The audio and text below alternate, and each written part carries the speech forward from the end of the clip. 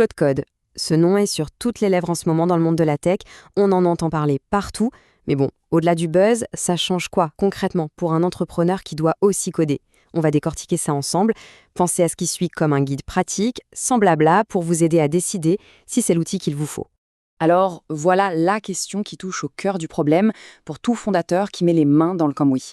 C'est ce dilemme permanent, comment on fait pour jongler entre la grande vision, la stratégie et la nécessité de coder pour que le projet avance. Eh bien, c'est exactement là que des outils comme Claude Code se positionnent comme une solution. Voyons un peu comment. Allez, on plonge dans le vif du sujet. Pour bien comprendre de quoi on parle, la première chose à faire, c'est de démystifier l'outil. On va oublier un peu le marketing et regarder ce que Claude Code fait, pour de vrai.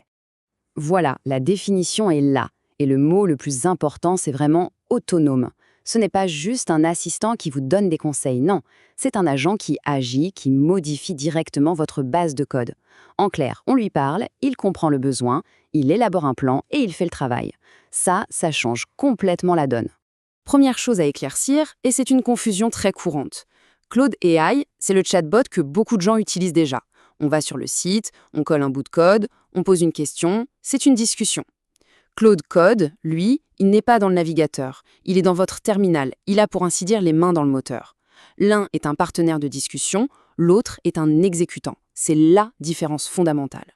Deuxième point super important, non, ce n'est pas juste un outil d'autocomplétion amélioré.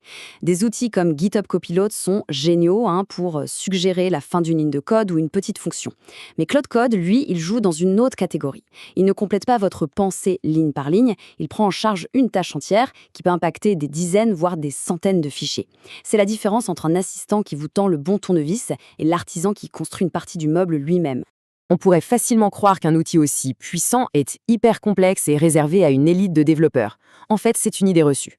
La réalité, c'est que si ouvrir un terminal ne vous fait pas paniquer, la prise en main est étonnamment rapide. Le but, c'est justement de pouvoir demander des choses complexes en langage naturel, sans avoir besoin d'être un expert absolu de chaque recoin du code. Bon, maintenant, passons aux choses concrètes. La technologie, c'est bien, mais qu'est-ce que ça change dans une journée de travail? Quels sont les gains qu'on peut voir tout de suite? On va voir ça avec 5 super pouvoirs que cet outil peut vous donner. Premier cas d'usage, un grand classique, on vous demande de reprendre un projet existant. C'est souvent un cauchemar. Il faut passer des heures, parfois des jours à se plonger dans le code pour juste comprendre comment les choses sont organisées. Là, avec une simple commande en français, Claude Code scanne tout le projet et vous sort une synthèse claire. Et voilà ce que ça veut dire en termes de temps. On passe de quelque chose qui pouvait bloquer une demi-journée à une tâche qui se règle en 2 minutes. L'accélération est juste spectaculaire. C'est un gain de productivité absolument massif. Deuxième super pouvoir, la vitesse de prototypage. Imaginez, au lieu de passer une semaine à coder une nouvelle fonctionnalité, on peut juste la décrire en quelques phrases. L'outil se charge de créer les fichiers, de générer le code, de gérer les dépendances. Ça permet de tester des idées à une vitesse folle. Ah, le débugage, la bête noire de beaucoup d'entre nous. Au lieu de s'arracher les cheveux et de passer des heures sur Stack Overflow, on peut simplement décrire le problème à Claude Code comme on le ferait à un collègue. Et lui, il va remonter la piste pour trouver l'origine de l'erreur et même proposer une solution. C'est un gain de temps, mais aussi de santé mentale. Et pour finir, 2 derniers points qui touchent à la qualité et à la collaboration.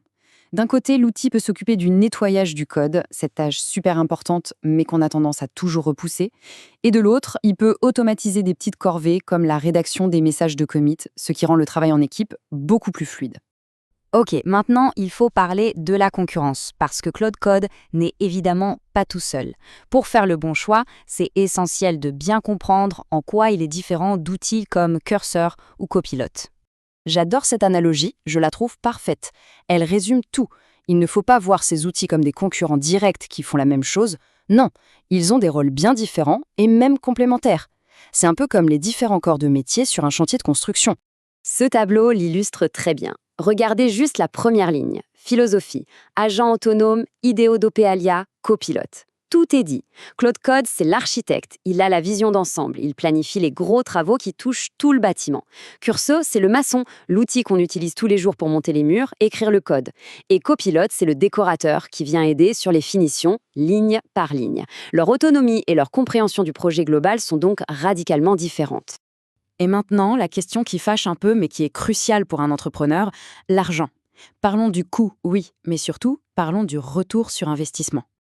Alors, combien ça coûte? En fait, la grille est très simple. Le point d'entrée, c'est le plan pro, qui tourne autour de 18 € par mois. Et franchement, pour la plupart des cas d'usage qu'on vient de voir, c'est largement suffisant.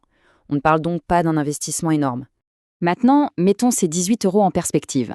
Imaginons quelqu'un qui passe environ 10 heures par semaine à coder. Ce graphique montre une estimation assez réaliste de ce qui peut se passer. On peut facilement, très facilement, diviser ce temps par 2. On parle 6 heures de gagné, chaque semaine.